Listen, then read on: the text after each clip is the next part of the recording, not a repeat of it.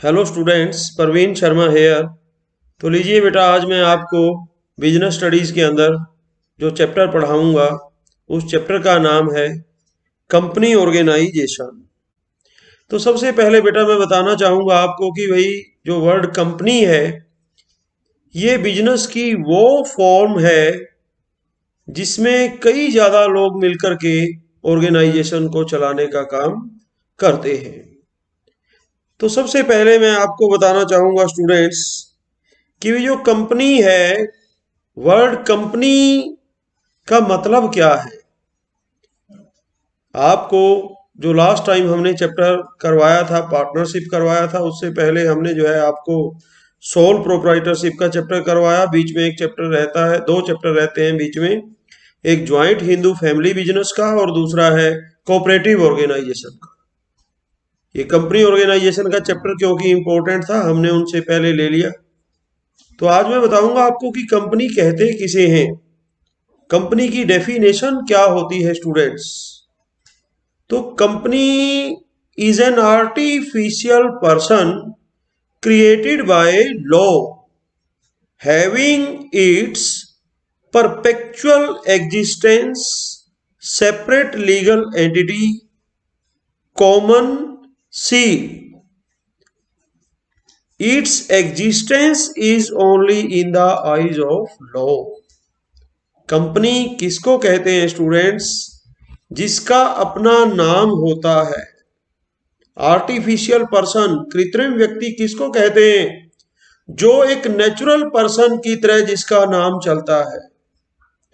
जैसे students Tata Motors है, रिलायंस है, हीरो है, होंडा है, भारती इलेक्ट्रिकल्स है, ओरिएंट है, मारुति सुजुकी है, ठीक है ना। Number of companies are there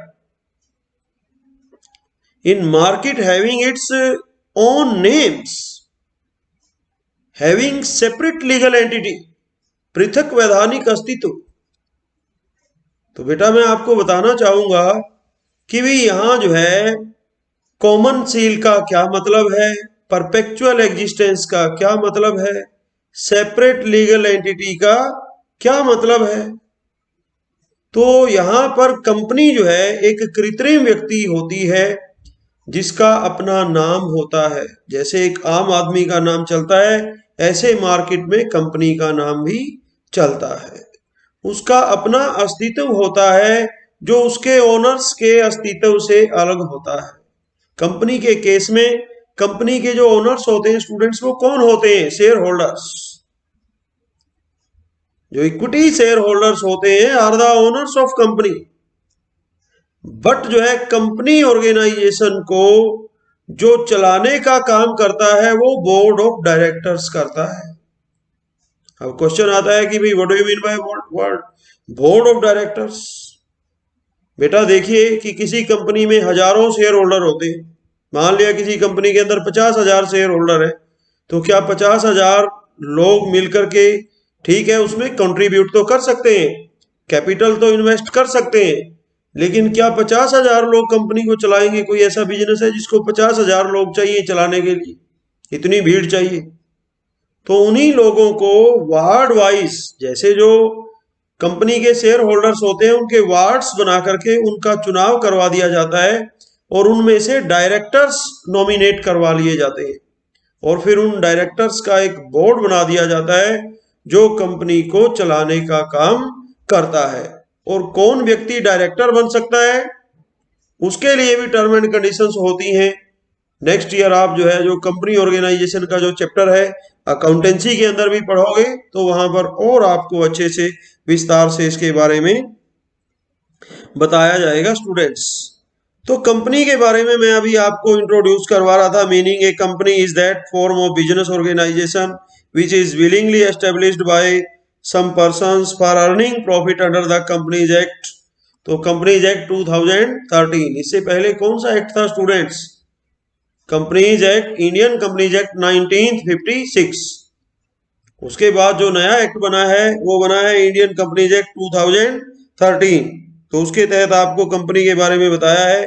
ये कंपनी की डेफिनेशन है, वही चीज, company is an artificial person created by law having separate entity, पृथक वैधानिक अस्तित्व किसको कहते हैं कि कंपनी का अस्तित्व उसके ओनर्स के अस्तित्व पे डिपेंड नहीं करता। शेयर होल्डर्स में कम और में गो, शेयर होल्डर्स आए या जाएं, बट जो कंपनी ऑर्गेनाइजेशन है वो चलता रहता है। जैसे मैं आपको इसके कई एग्जाम्पल स्टूडेंट्स दे सकता हूं कि जैसे जिंदल स्टील है, अब ओपी जिंदल नहीं है लेकिन जिंदल स्टील एग्जिस्टेंस में है, चल रही है। टाटा मोटर्स है, क्या पता टाटा का कितनी पीढ़ियां इसको चलते हुए हो गई, जो ओनर्स है वो चेंज होते जा रहे हैं लेकिन ऑर्गेनाइजेशन यूं का यूं चल रहा है, क्योंकि ऑर्गेनाइजेशन की एक अपनी मतलब अपना अस्तित्व है उसका, वो खुद में एक एंटिटी है, सेपरेट एंटिटी। सेपरेट एग्जिस्टेंस का मतलब क्या होता है, जो ओनर के एग्जिस्टेंस से अलग एग्जिस्टेंस हो। लेकिन यहां पर वर्ड लीगल भी आ गया। लीगल वर्ड क्यों आया है स्टूडेंट्स, क्योंकि कोई भी कंपनी ऑर्गेनाइजेशन है वो लीगल फॉर्म में ही आता है जब तक उसके लिए पेपर वर्क गवर्नमेंट से रजिस्ट्रेशन नहीं करवा लिया जाता, तब तक जो है कंपनी ऑर्गेनाइजेशन अस्तित्व में ही नहीं आता। इसलिए इसका जो स्टेटस है वो लीगल होता है। चलिए उसके बाद देखिए आगे जो है हम डिस्कस करेंगे फीचर्स ऑफ कंपनी। कंपनी की फीचर्स क्या होती हैं स्टूडेंट्स। सबसे पहले वही बात है इनकॉर्पोरेटेड एसोसिएशन ऑफ पर्संस, कि ये जो पर्संस की नंबर ऑफ पर्संस इसको मिलकर के चलाने का काम करते हैं, उनकी एक एसोसिएटेड जो है एक इनकॉर्पोरेटेड एसोसिएशन होती है जो रजिस्टर्ड, इनकॉर्पोरेटेड का मतलब है रजिस्टर्ड एसोसिएशन होती है। उसके बाद आर्टिफिशियल लीगल पर्सन होता है ये आपको बताया ही था कि भाई आर्टिफिशियल पर्सन होता है ये, बट लीगल होता है। उसके बाद सेपरेट लीगल एंटिटी, ये भी आपको बता ही दिया।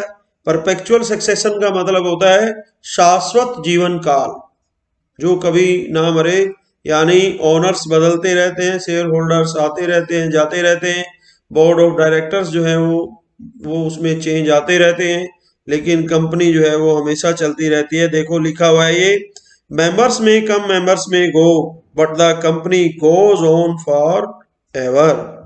उसके बाद लिमिटेड लाइबिलिटी, यहाँ स्टूडेंट्स इसकी कैरेक्टरिस्टिक्स के अंदर एक वर्ड दिया गया है लिमिटेड लाइबिलिटी। लिमिटेड लाइबिलिटी का मतलब होता है जो शेयर होल्डर्स होते हैं उनकी लाइबिलिटी उनके द्वारा इन्वेस्ट किए गए पैसे तक सीमित होती है।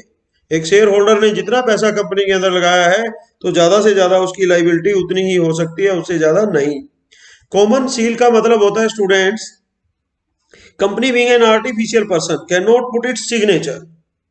Company being an artificial person can not put its signature, वो अपने सिग्नेचर नहीं कर सकती।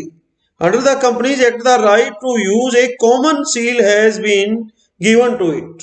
तो कंपनीज एक्ट के तहत जो है उसको एक कॉमन सील दी हुई होती है, एक पीतल की सील होती है जो उसके सिग्नेचर का काम करती है। जहां कंपनी के सिग्नेचर करने होते हैं कंपनी की मुहर लगा दी जाती है। ये बात समझ में आ रही होगी। तो उसको common seal is a special seal bearing the name of the company and which remains in the possession of its secretary.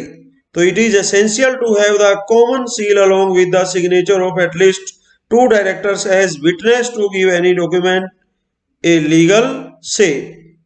उसके बाद चलिए ट्रांसफरेबिलिटी ऑफ शेयर्स होती है कि कोई भी जो पब्लिक कंपनी होती है उसके जो शेयर्स होते हैं वो एक शेयर होल्डर ने खरीद लिए और अगर उसको पैसे की फर्दर जरूरत पड़ती है तो वो उन शेयर्स को आगे जो है ट्रांसफर कर सकता है। उसके बाद है separation of ownership and management. Management और ओनरशिप अलग होता है, शेयर होल्डर अलग होते हैं और कंपनी को चलाने वाला जो मैनेजमेंट है, बोर्ड ऑफ डायरेक्टर है, वो अलग होता है। उसके बाद risk bearing, in the sole trade all the risk have to be borne by a single individual. Sole trade के अंदर जो सारा रिस्क होता है वो सिंगल इंडिविजुअल का होता है students, while in partnership only a few individuals. और फिर पार्टनरशिप के अंदर कुछ लोगों का रिस्क होता है। In case of company the risk जो है वो gets divided among numerous shareholders and nobody feels the burden. तो रिस्क जो है वो काफी लोगों के अंदर, जैसे मान लिया किसी कंपनी के अंदर 50,000 लोग शेयर होल्डर्स हैं तो रिस्क भी 50,000 लोगों में बटेगा, इसलिए किसी अकेले पर जो है वो रिस्क का बर्डन स्टूडेंट्स नहीं आता। चलिए मेरिट्स ऑफ कंपनी ऑर्गेनाइजेशन, इसके फायदे क्या हैं। सबसे पहला फायदा इसका यही है कि लाइबिलिटी यहाँ पर लिमिटेड होती है। अदरवाइज तो जो है जो सोल ट्रेडरशिप है, जो है सोल ट्रेडशिप के अंदर जो ओनर की लाइबिलिटी है वो अनलिमिटेड होती है। और पार्टनरशिप के अंदर भी जो पार्टनर्स की लाइबिलिटी होती है वो कंपनी ऑर्गेनाइजेशन के कंपैरिजन में ज़्यादा होती है। उसके बाद शेयर ट्रांसफर फैसिलिटी होती है कि आज मैंने शेयर खरीद लिए, अगर फर्दर मुझे फ्यूचर में किसी प्रकार की कोई फाइनेंशियल कोई डिफिकल्टी आती है तो वो शेयर जो है आगे ट्रांसफर करके वो पैसा ले लिया जा सकता है। उसके बाद देखिए डिले, इसके बाद आता है स्टूडेंट्स, देखिए इसमें जो इसके हम transferability of shares, transferability of shares के बाद देखिए आगे इसमें बीच में जो है एक पेज मेरे ख्याल स्टूडेंट्स नहीं है, वो अभी आपको बता दिया जाएगा। तो इसमें अभी लिमिटेशंस चल गई है पहले, जैसे जहां किसी चीज की जिसके जिसके फायदे होते हैं, जैसे अभी मैं फायदे गिनवा रहा था, मैं वैसे ही आपको फायदे इसमें पेपर वर्क के बिना भी गिनवा सकता हूं। क्या कि भाई कंपनी ऑर्गेनाइजेशन के अंदर जो है सबसे बड़ा फायदा यही होता है शेयर होल्डर्स को कि लाइबिलिटी लिमिटेड होती है, ठीक है। उसके बाद रिस्क क्या होता है, कम होता है।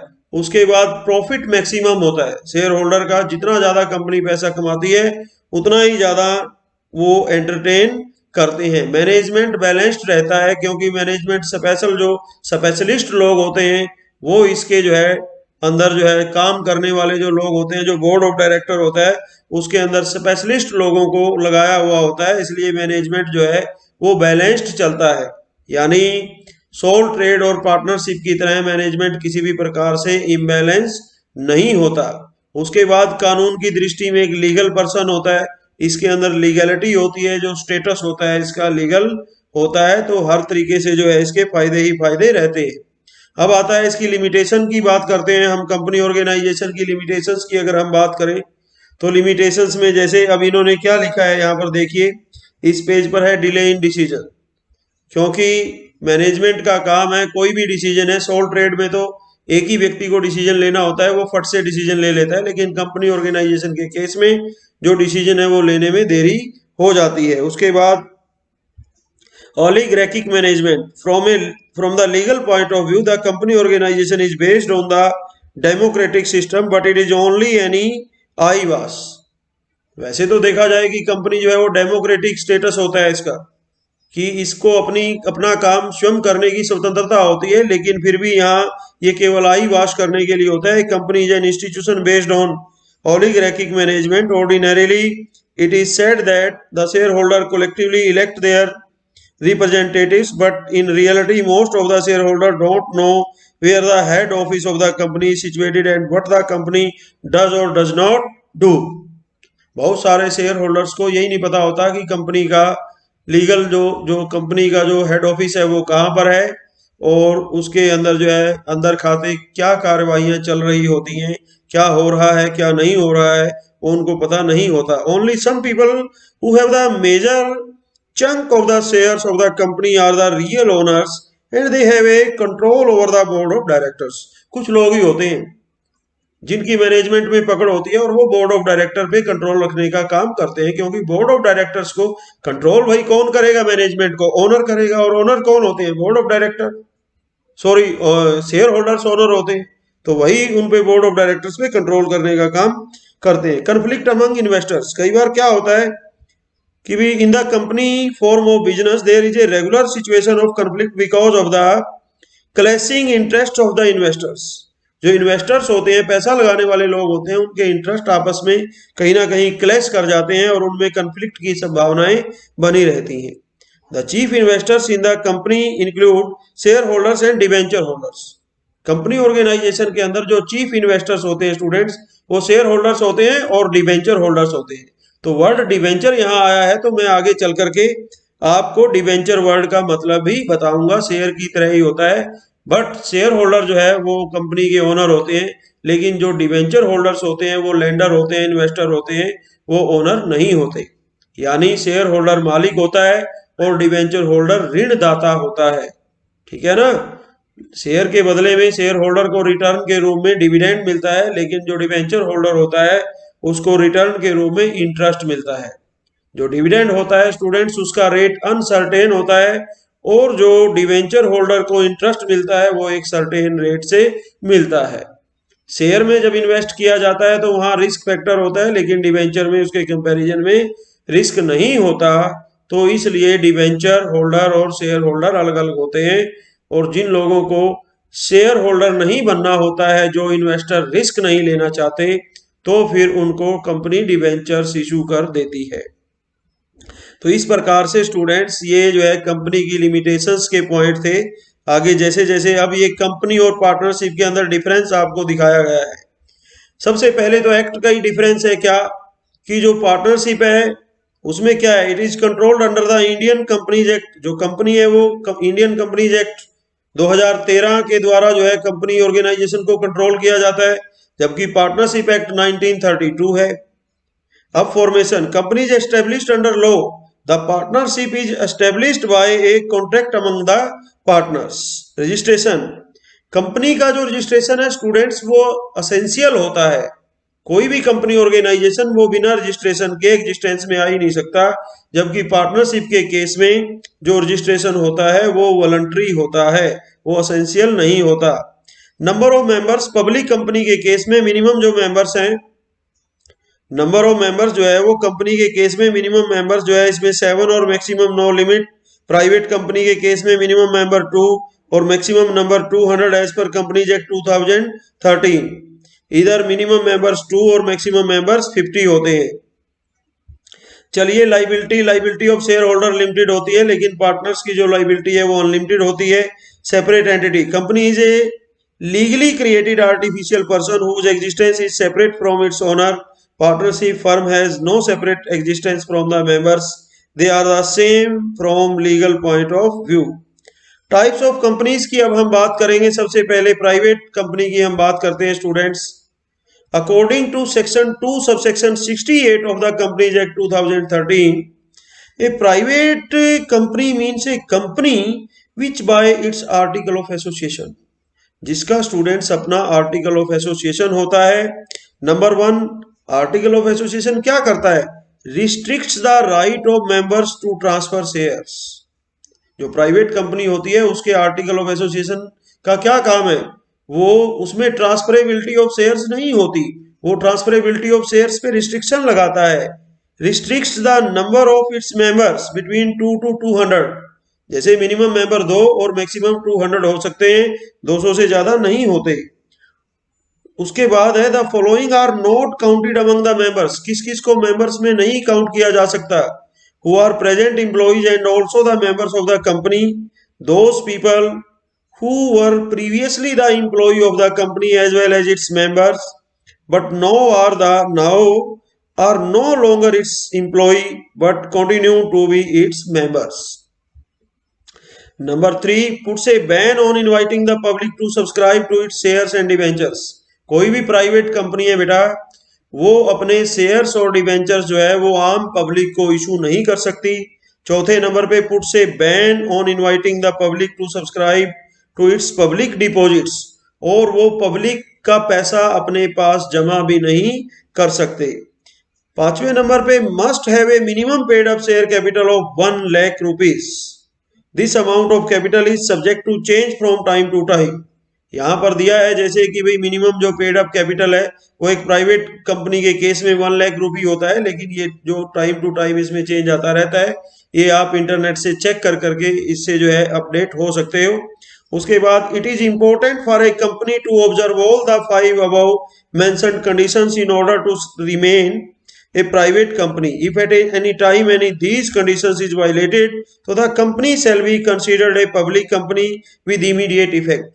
तो अगर कोई प्राइवेट कंपनी उस पर लगाई हुई रिस्ट्रिक्शंस को अवॉइड करती है तो फिर उसको पब्लिक कंपनी में वो कंसीडर कर लिया जा सकता है। तो a private company under the act enjoys some privileges, कुछ प्रिविलेजेस भी ऐसे होते हैं जो प्राइवेट कंपनी है वो जो है इंजॉय करती है, एंड कंसेशंस, तो they will be described ahead in the same chapter. So the name of the some main private companies of India are given in the following table। जैसे इसमें लिखा हुआ है कि भाई जैसे Kargil India power private limited है, उसके बाद ऑटोमोटिव जो है मैन्युफैक्चर्स प्राइवेट लिमिटेड है। तो उसके बाद ये जितने भी नाम इसके अंदर दिए गए हैं स्टूडेंट्स, इनके सब के पीछे प्राइवेट लिमिटेड वर्ड लगा हुआ है, और यही एक प्राइवेट कंपनी की पहचान होती है। उसके बाद पब्लिक कंपनी की बात हम करते हैं। तो according to section 2 subsection 71 of the companies act 2013, public company means a company. Public company means a company which is not private. In other words, a public company is one which has no restriction on the transfer of its share. उसका reverse है students, ये वहां पर transferability of shares restricted थी, यहां there is in case of public company there is no any restrictions to transfer of shares. उसके बाद देखिए स्टूडेंट्स आगे, has no maximum limit on the number of its members. जैसे जो maximum number of members है वो unlimited है यहाँ। उसके बाद तीसरे नंबर पे has no restriction on inviting the public to subscribe. जो पब्लिक कंपनी होती है वो पब्लिक में अपने शेयर इशू कर सकती है, पब्लिक के सब्सक्रिप्शन पे यहाँ कोई रिस्ट्रिक्शन नहीं होती। चौथे नंबर पे has no restriction on inviting the public to subscribe to its public deposits. Public अगर कंपनी ऑर्गेनाइजेशन के पास पैसा जमा करवाना चाहती है तो पब्लिक डिपॉजिट एक्सेप्ट करने का पब्लिक कंपनी को राइट होता है। पांचवें नंबर पे has a minimum paid up share capital of 5 lakh rupees. This amount of capital is subject to change from time to time. For the establishment of a public company there should be a minimum number of 7 members और there is no any restriction on maximum number of members. जैसे यहाँ भी example दिए हैं, Apollo hospital किसका example है? Public company का। Axis bank है, बजाज ऑटो है, कैनरा बैंक है, डिश टीवी है, डीएलएफ है। उसके बाद ये आईटीसी, जेट एयरवेज, ठीक है ना, जिंदल स्टील आ गया नाम इसमें, जेएसडब्ल्यू एनर्जी आ गया, एलआईसी हाउसिंग आ गया, एमआरएफ आ गया, एनडीटीवी आ गया, एनटीपीसी आ गया, ऑयल इंडिया ओएनजीसी आ गया, इसके अंदर पेंटालून आ गया, रिलायंस इंडस्ट्रीज भी आ गया। उसके बाद इंफोसिस, हल जो है, हीरो मोटर कॉर्प जो है, एचडीएफसी बैंक, जीएमआर, ठीक है ना, etcetera are the example of public companies. उसके बाद स्टूडेंट्स एक नई कंपनी जो है, जो companies act, Indian companies act 2013 के अनुसार एक नई कंपनी एग्जिस्टेंस में आई है जिसको कहते हैं one person company, OPC. One person company students, there is no provision of one person company OPC in the Indian companies act 1956। जो पहला कंपनीज एक्ट था 1956 स्टूडेंट्स, उसमें ओपीसी के लिए कोई प्रोविजन नहीं था, but because of several reasons the companies bill 2012 was passed in the Lok Sabha for the establishment of one person company. Definition according to the section 2 subsection 1, ठीक है ना, of the companies act bill 2009, the one person company refers to a company which has only one person as a member. तो causes of the formation of OPC, the following are the main causes of the formation of the new form of company organisation. Number 1, making the unorganised sector as organised. देखिए, जब एक व्यक्ति काम करता था तो वो अपने ऑर्गेनाइजेशन को जो है, अपना जो बिजनेस था उसको रजिस्टर नहीं करवाता था, लेकिन वन पर्सन कंपनी का राइट देने से क्या हुआ, जो अनऑर्गेनाइज्ड सेक्टर था अब वो भी किसमें कन्वर्ट कर दिया, ऑर्गेनाइज्ड में।